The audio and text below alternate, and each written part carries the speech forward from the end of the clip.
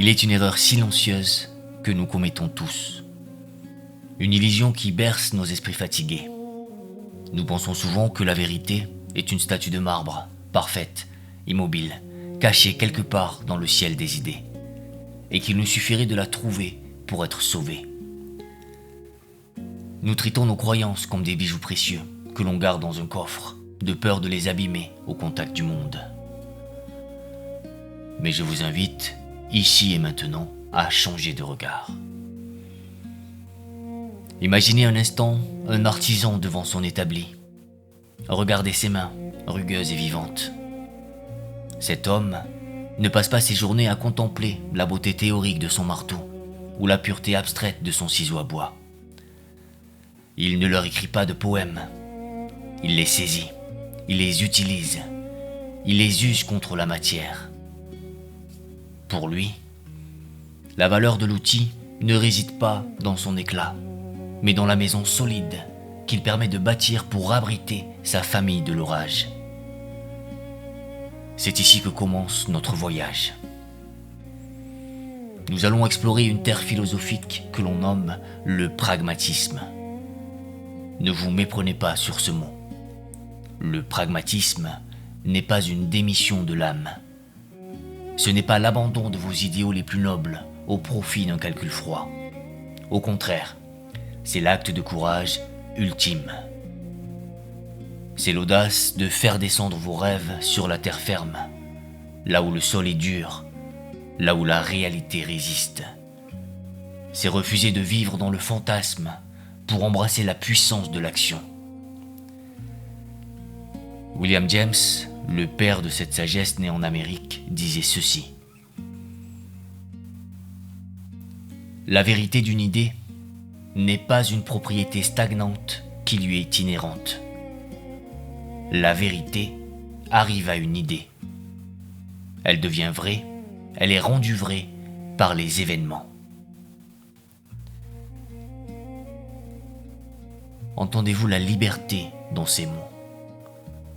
La vérité n'est pas ce que vous avez. La vérité est ce que vous faites. Mon intention, à travers ce récit, est de vous offrir bien plus qu'un cours d'histoire ou de philosophie. Je souhaite vous transmettre ce qui est peut-être l'outil de survie le plus essentiel de notre monde moderne. Nous allons quitter ensemble les nuages vaporeux de la théorie pure, ces nuages où l'on se perd souvent en débats stériles, pour descendre sur le terrain rugueux de l'expérience. Car c'est là, dans l'argile du réel, que votre vie se joue. Si vous m'accordez votre attention, je vous fais une promesse. Cette exploration changera la manière dont vous naviguez dans le tumulte de vos journées. Elle apaisera cette angoisse de devoir toujours trouver la réponse parfaite avant d'agir. Elle vous apprendra à transformer les problèmes qui vous semblent insolubles, ces montagnes infranchissables, en une série de petits pas concrets, simples et puissants. Respirons ensemble et préparons-nous à découvrir que la vérité n'est rien d'autre que ce qui fonctionne pour élever votre vie.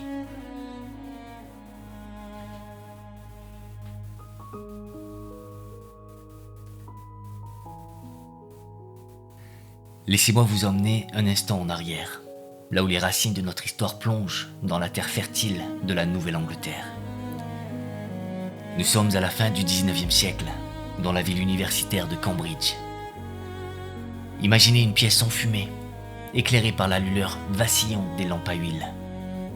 C'est ici que se réunissent quelques esprits brillants, un petit cercle d'amis qui se font appeler le club métaphysique.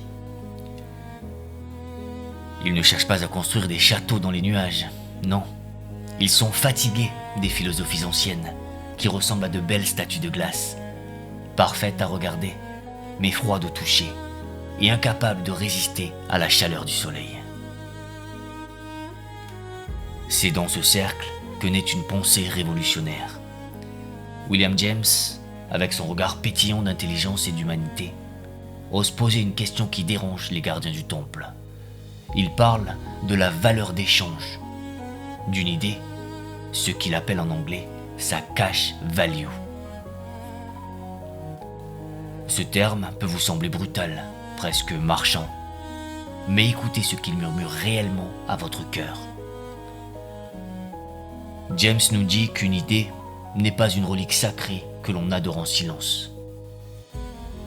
Une idée est une monnaie. Elle n'a de valeur que si vous pouvez l'échanger contre quelque chose de réel dans votre existence. Si je vous offre une pensée, aussi belle soit-elle, mais qu'elle ne change rien à votre façon d'aimer, de travailler ou de souffrir, alors cette pensée est une fausse monnaie. Elle est vide. Pendant des siècles, les philosophes sont restés enfermés dans ce que j'appellerais leur tour d'ivoire. De là-haut, ils cherchaient une vérité éternelle, immaculée, loin de la boue et des larmes des hommes. Le pragmatisme, lui, quitte la tour. Il descend l'escalier. Il entre dans le laboratoire de la vie. Il ne demande pas « Cette idée est-elle éternellement vraie ?» Il demande « Cette idée fonctionne-t-elle ici, maintenant, pour apaiser ma peine ou guider ma main ?» Pour comprendre comment cette sagesse peut libérer votre esprit, laissez-moi vous conter une histoire. Une anecdote simple, survenue lors d'une promenade en forêt, que William James aimait raconter. Imaginez une belle journée d'automne. Les feuilles craquent sous les pas. William James se promène avec un groupe d'amis. Il s'arrête devant un vieil arbre majestueux. Sur le tronc, un écureuil vif et alerte les observe. Un des promeneurs s'approche pour voir l'animal de plus près. Mais l'écureuil, malin, se déplace de l'autre côté du tronc. L'homme fait un pas vers la gauche. L'écureuil tourne aussi vers la gauche, restant toujours caché derrière l'écorce, ventre contre l'arbre, dos à l'homme. L'homme fait le tour complet de l'arbre, et l'écureuil fait de même, de sorte que l'animal fait toujours face au tronc et ne montre jamais son ventre à l'homme. Une dispute éclate alors entre les amis. Une de ces disputes passionnées qui consument notre énergie. La question est la suivante.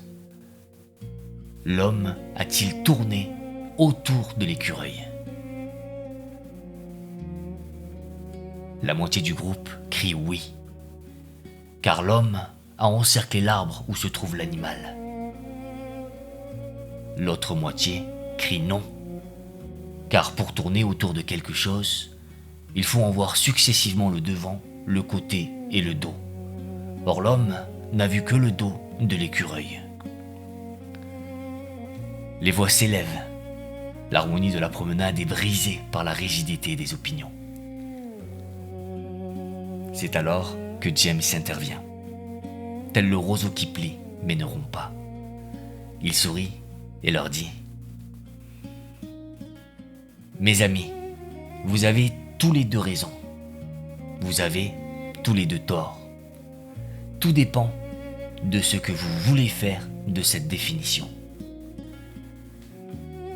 Il leur explique que si tourner autour signifie être au nord, puis à l'est, puis au sud, puis à l'ouest de l'animal, alors oui, l'homme a tourné autour.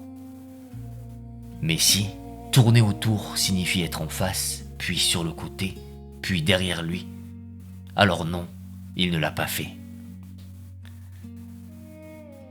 Comprenez-vous la leçon cachée sous l'écorce de cette histoire ?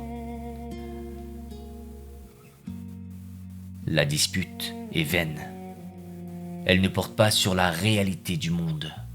L'homme, l'arbre et l'écureuil sont là, indifférents à nos mots. La dispute porte uniquement sur nos définitions.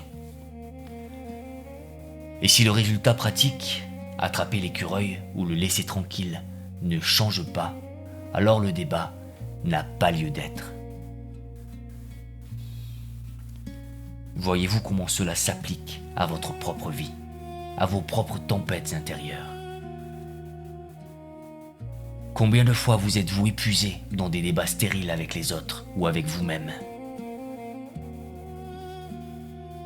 Combien de nuits avez-vous passé à vous demander si vous aviez pris la bonne décision en cherchant une réponse absolue qui n'existe pas?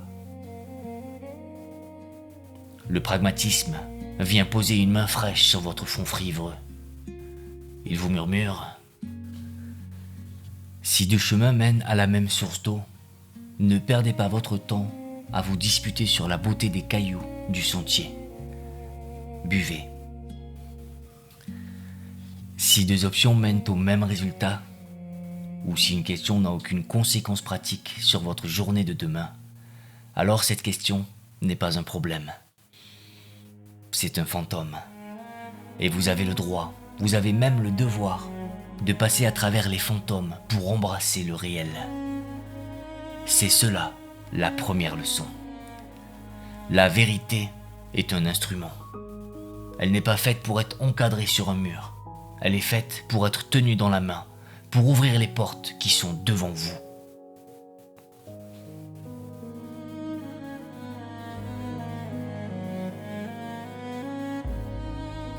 Je vous vois parfois, immobile au carrefour de votre existence, le regard perdu devant une montagne de difficultés.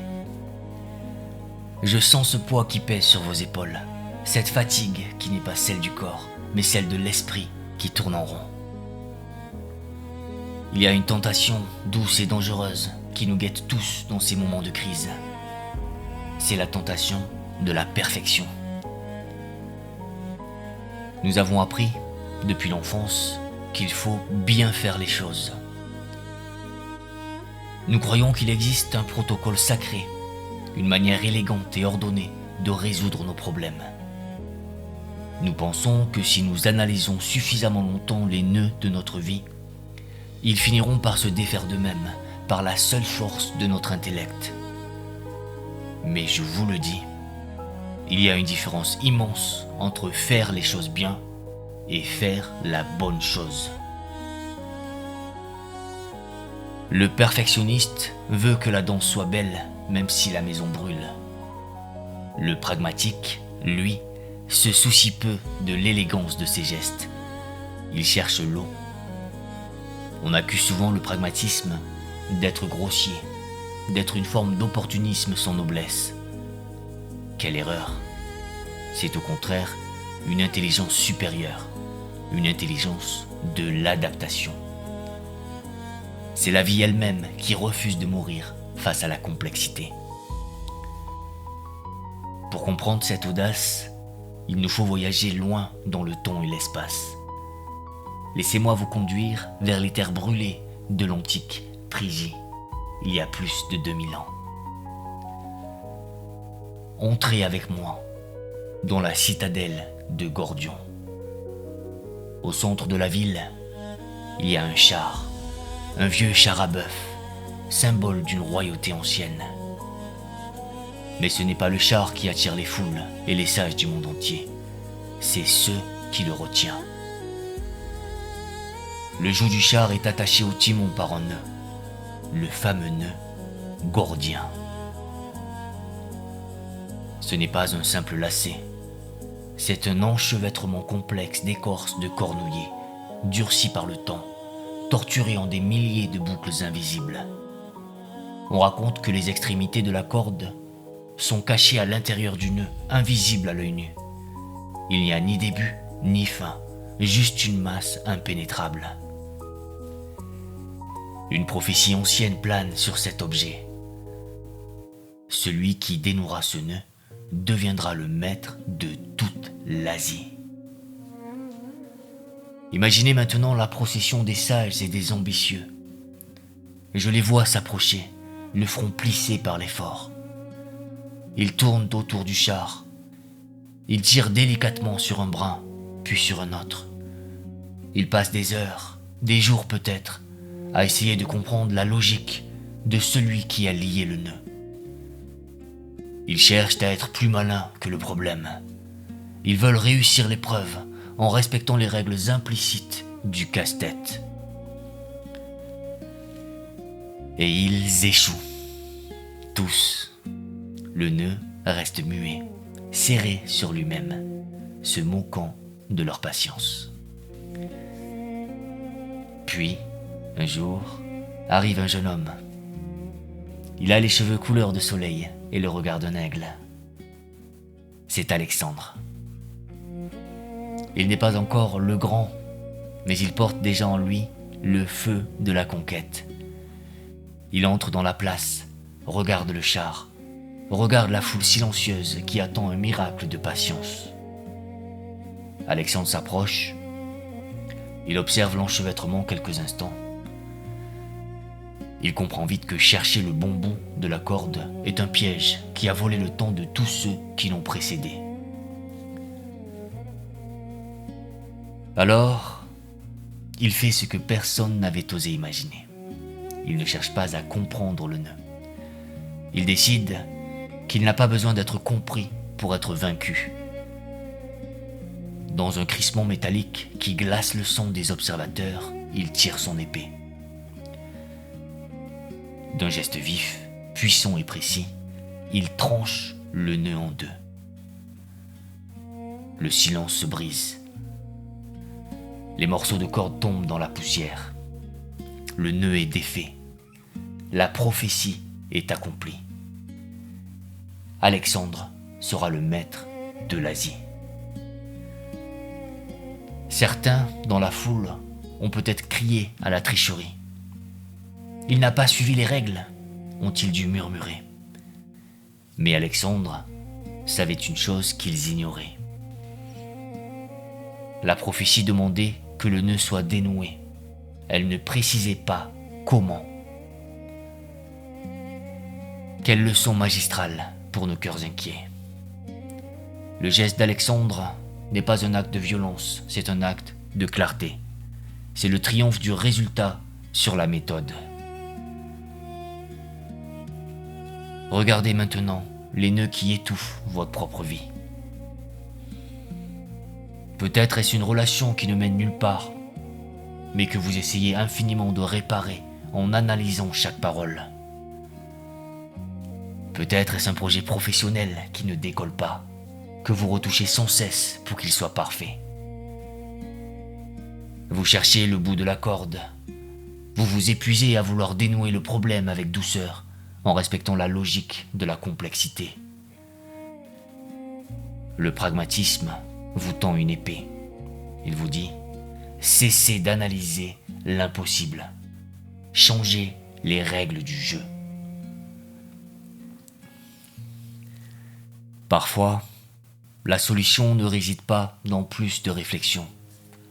Parfois, la solution est de trancher, de quitter la pièce, de dire non fermement, de lancer le projet imparfait, de pardonner unilatéralement pour ne plus avoir à y penser. Ce coup d'épée, c'est le courage d'accepter que le problème n'a pas besoin d'être résolu dans ses moindres détails pour disparaître. Il suffit parfois de changer de perspective pour que ce qui semblait être une montagne infranchissable ne devienne qu'un tas de cordes coupées à vos pieds. N'ayez pas peur de votre propre force. Quand la raison tourne en rond, c'est l'action de trancher. Car au final, la vie ne vous demandera pas si vous avez respecté la complexité de vos malheurs. Elle vous demandera seulement si vous avez su vous en libérer.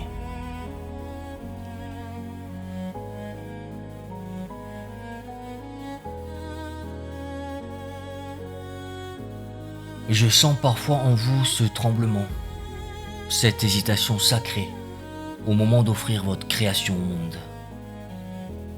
Que vous soyez un artiste devant sa toile, un entrepreneur devant son projet, ou simplement un parent essayant d'instaurer une nouvelle harmonie familiale, vous êtes retenu par une chaîne invisible. Cette chaîne porte un nom séduisant, le perfectionnisme. Nous vivons une époque rapide, une époque de bruit et de fureur. Mais c'est aussi une époque qui nous offre une nouvelle sagesse. dans le monde de ceux qui bâtissent l'avenir, on murmure une phrase qui ressemble à une prière moderne. Fait est mieux que parfait. L'idéaliste en vous se révolte peut-être. Il crie que la beauté réside dans l'achèvement, dans le polissage infini du détail. Mais le pragmatique, lui, sait que la perfection est souvent un beau mausolée où nos rêves viennent mourir. À force de vouloir que tout soit irréprochable avant de commencer, nous finissons par ne jamais exister. Il y a, dans le langage des bâtisseurs d'aujourd'hui, un concept que l'on nomme le MVP. Le produit minimum viable. Derrière ces mots techniques se cache une profonde leçon d'humilité. Cela signifie: ne gardez pas votre œuvre enfermée dans le noir jusqu'à ce qu'elle soit un chef-d'œuvre. Lancez-la alors qu'elle est encore fragile. Lancez-la alors qu'elle est imparfaite. Pourquoi ? Parce que ce n'est qu'au contact du vent qu'un oiseau apprend à voler. Ce n'est qu'en se confrontant au réel que votre idée prendra sa vraie forme. Le pragmatisme nous enseigne que l'imperfection n'est pas une faute, c'est une étape, c'est le brouillon nécessaire de la vie. Pour illustrer cette magie de l'inachevé, je veux vous raconter l'histoire d'une erreur qui a changé le monde. C'est l'histoire d'un petit carré de papier jaune que vous connaissez tous. Il y a quelques décennies, dans les laboratoires de l'entreprise 3M, un chercheur nommé Spencer Silver travaillait avec ardeur. Son but était noble. Il voulait créer la colle la plus forte du monde, une substance capable de lier les choses pour l'éternité. Il travailla jour et nuit, mélangea les formules, espérant le triomphe. Mais le résultat fut, en apparence, désastreux. Il obtint une colle qui ne collait pas, ou du moins, pas assez. Elle était faible. Si l'on assemblait deux feuilles, on pouvait les séparer sans effort. Pour un chimiste cherchant la force absolue, c'était un échec cuisant. Selon les critères de la perfection théorique, cette invention ne valait rien. C'était un déchet. Un idéaliste aurait jeté la formule dans l'évier et recommencé à zéro, maudissant le sort. Mais Spencer Silver était un pragmatique.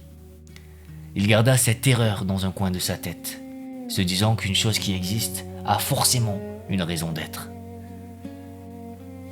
Les années passèrent, et c'est là qu'intervint un autre homme, un collègue nommé Art Fry. Art n'était pas seulement un chercheur, il chantait aussi dans la chorale de son église. Chaque dimanche, il rencontrait un petit problème agaçant. Les marque-pages qu'il glissait dans son hymère pour repérer les chants tombaient sans cesse au sol dès qu'il ouvrait le livre.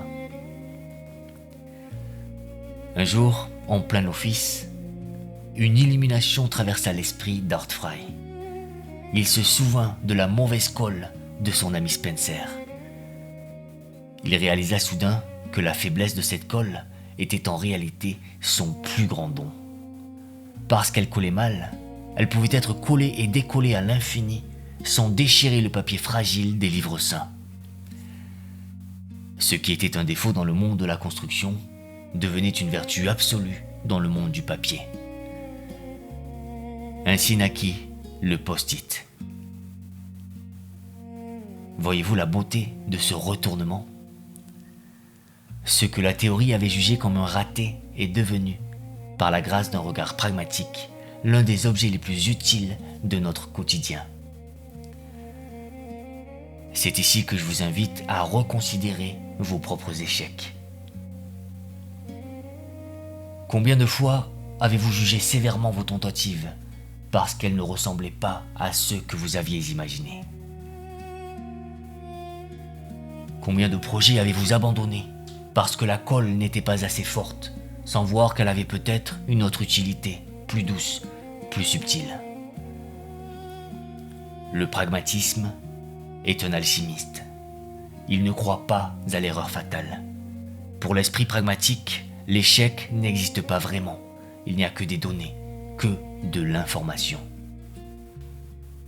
Quand vous tombez, ce n'est pas le destin qui vous punit, c'est le sol qui vous parle. Il vous dit, pas par ici, essaye par là. Ou peut-être, ce que tu as trouvé n'est pas ce que tu cherchais. Mais regarde bien, c'est peut-être ce dont tu avais besoin. Alors, je vous en prie, n'attendez pas d'être parfait pour agir. N'attendez pas que votre symphonie soit écrite pour jouer la première note.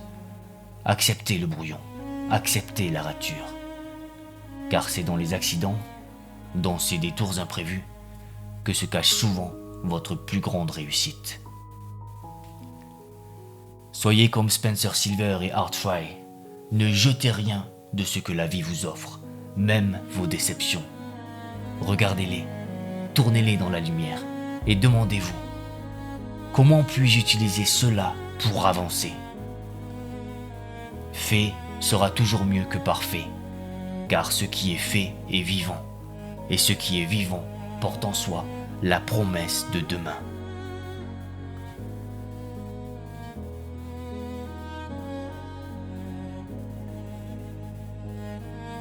Nous avons voyagé ensemble à travers l'histoire. Nous avons visité les laboratoires et les champs de bataille. Mais il est un territoire bien plus vaste et bien plus sauvage que toutes les terres conquises par Alexandre le Grand. Ce territoire, c'est le cœur humain. C'est là, dans le secret de nos relations, que le pragmatisme doit livrer son plus beau combat. Je vous invite à entrer doucement dans la chambre de vos affections. Regardez vos amours, vos amitiés, vos liens familiaux. Souvent, nous transformons nos maisons en tribunaux. Nous nous tenons à la barre, convaincus de notre bon droit, armés de preuves et de souvenirs précis, prêts à condamner ceux que nous aimons au nom de la vérité. Nous pensons que si nous parvenons à prouver à l'autre qu'il a tort et que nous avons raison, alors tout rentrera dans l'ordre. Mais le pragmatisme, ce sage ami qui nous accompagne, pose sa main sur votre épaule et vous demande: à quoi sert d'avoir raison, si cela vous laisse seul dans les ruines de votre amour? C'est ici que naît le pragmatisme du cœur.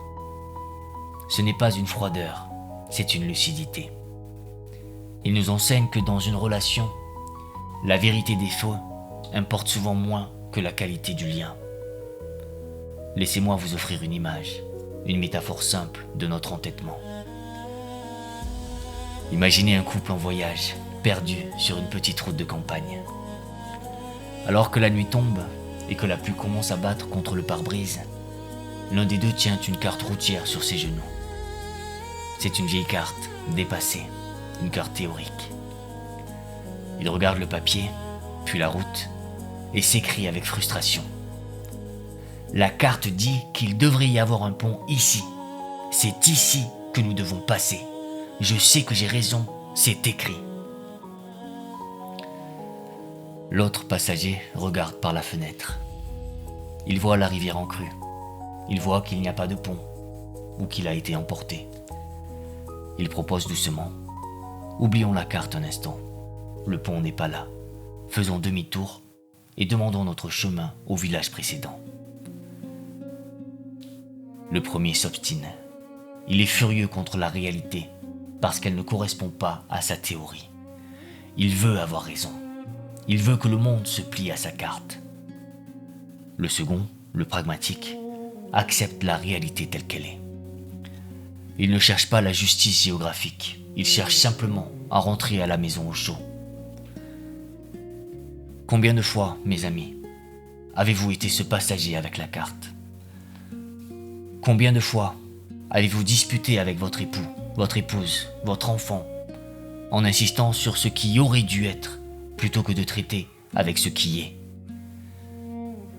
Le pragmatisme émotionnel consiste à lâcher la carte périmée.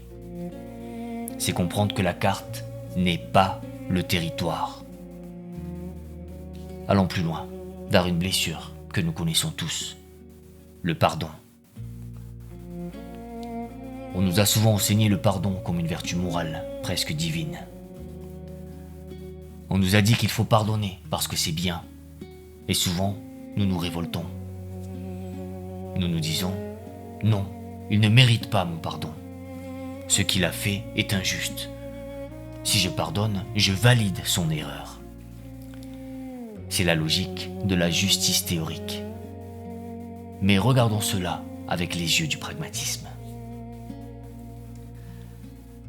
Imaginez que la rancune soit un charbon ardent que vous tenez serré dans votre main, en attendant de pouvoir le jeter au visage de celui qui vous a offensé. Qui se brûle en premier? C'est vous. C'est votre chair qui fond. C'est votre sommeil qui est troublé. Le pragmatisme vous dit « Pardonnez ». Non pas parce que l'autre le mérite, peut-être ne le méritera-t-il jamais, mais vous pardonnez parce que vous méritez la paix. Pardonnez parce que porter ce sac de pierre est inefficace pour votre propre marche. C'est une dépense d'énergie inutile. C'est un poids qui vous ralentit, qui vous courbe le dos et vous empêche de voir le ciel. Le pardon pragmatique est un acte d'égoïsme sacré. C'est un nettoyage. C'est décider que votre bonheur futur est plus important que votre justice passée. Il y a une question, une seule, qui devrait être gravée au-dessus de la porte de chaque foyer et peut-être au fond de chaque conscience. Une question qui tranche les nœuds de l'ego comme l'épée d'Alexandre. La voici. Veux-tu avoir raison ou veux-tu être heureux?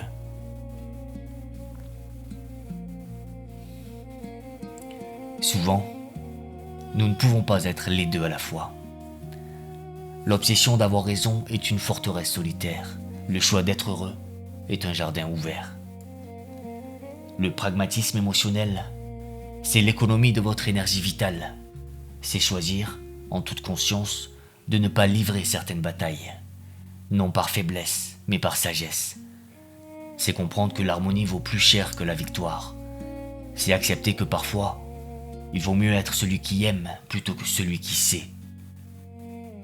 Alors, la prochaine fois que la colère montera, que vous sentirez l'urgence de prouver votre vérité, respirez. Posez la carte. Regardez la route. Et choisissez la paix. Car la paix est la seule vérité qui permet à l'amour de grandir.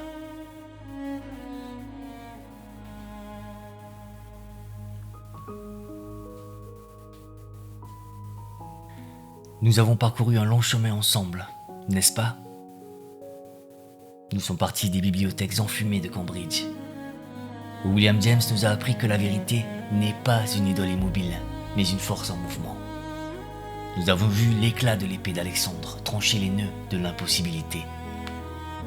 Nous avons appris, grâce à un simple bout de papier jaune, que l'imperfection est souvent le déguisement du génie. Et enfin, nous sommes descendus dans la chambre secrète de nos cœurs pour comprendre que la paix vaut plus que la raison. À travers toutes ces histoires, une seule image se dessine. Le pragmatisme n'est pas l'ennemi du rêve, il en est l'architecte. Si votre rêve est le château dans les nuages, le pragmatisme est l'échelle, barreau après barreau, que vous construisez pour y monter. Il ne tue pas la magie, il lui donne un corps. Mais avant de laisser le silence reprendre sa place, je dois vous confier une dernière mise en garde, une nuance essentielle pour garder votre âme intacte.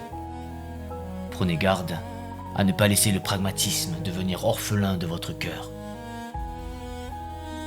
Un pragmatisme sans éthique, sans amour, n'est plus de la sagesse, c'est du cynisme. Si vous ne vous demandez que « est-ce que ça marche ?», sans jamais vous demander « est-ce que cela sert le bien ?», alors vous devenez une machine et non un homme libre. L'efficacité ne doit jamais écraser la beauté. La véritable utilité doit inclure la gentillesse, l'empathie et la douceur dans son équation. Car à quoi bon bâtir un monde qui fonctionne parfaitement si personne n'a envie d'y habiter. Soyez des poètes pragmatiques. Ayez les pieds dans la boue du réel, mais gardez les yeux levés vers les étoiles de la compassion. Maintenant, le moment est venu de quitter la théorie pour retourner à votre vie. Dès que ma voix se sera tue, je vous invite à ne pas simplement retourner à vos occupations comme si de rien n'était. Prenez un instant. Identifiez dans votre paysage intérieur un blocage, un projet qui attend, une parole qui n'a pas été dite, une décision suspendue par la peur de mal faire. Je vous demande de faire la plus petite action possible vers ce déblocage. Pas la grande action héroïque, non. Juste le premier pas, maladroit, imparfait, tremblant. Écrivez la première ligne brouillonne. Passez ce coup de fil hésitant. Tranchez ce petit nœud. Car c'est dans ce mouvement, aussi infime soit-il, que la vie recommence à couler. Je vous remercie profondément. Vous m'avez offert ce que vous possédez de plus précieux, une richesse qui ne se renouvelle jamais, votre temps et votre attention. C'est un investissement pragmatique et noble, et je suis honoré d'en avoir été le gardien pour quelques minutes. Allez maintenant et bâtissez votre monde. Que vos vérités soient solides comme le roc et vos actions fluides comme